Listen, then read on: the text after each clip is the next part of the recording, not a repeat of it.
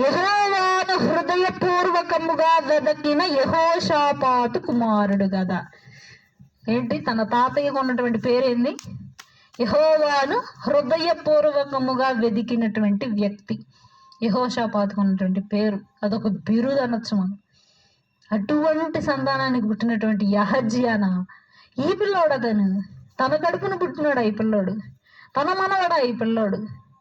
అంటే ఎంత బాధేసి ఉండిద్ది అసలు. అంత నీతిపరుడైనటువంటి తన కడుపును పుట్టి ఇంత ఘోరమైన వాడితో ఎట్లా స్నేహం చేశాడు, ఎట్లా ఇటువంటి దారిలో వెళ్ళాడు, వీళ్ళ తాతోళ్ళు ఎట్లా బ్రతికారు, ఈడెందుకు ఎట్లా అయిపోయాడు అనేది తన యొక్క మాట ఇక్కడైతే చూస్తున్నాం. యెహోవాను హృదయపూర్వకముగా వెదకిన యెహోషాపాతు కుమారుడు కదా అనుకొని అతన్ని పాతిపెట్టేది. కాగా రాజ్యం ఏలుటకు అహజ్యా ఇంటి వారు ఇకనెవరునూ లేకపోయారు.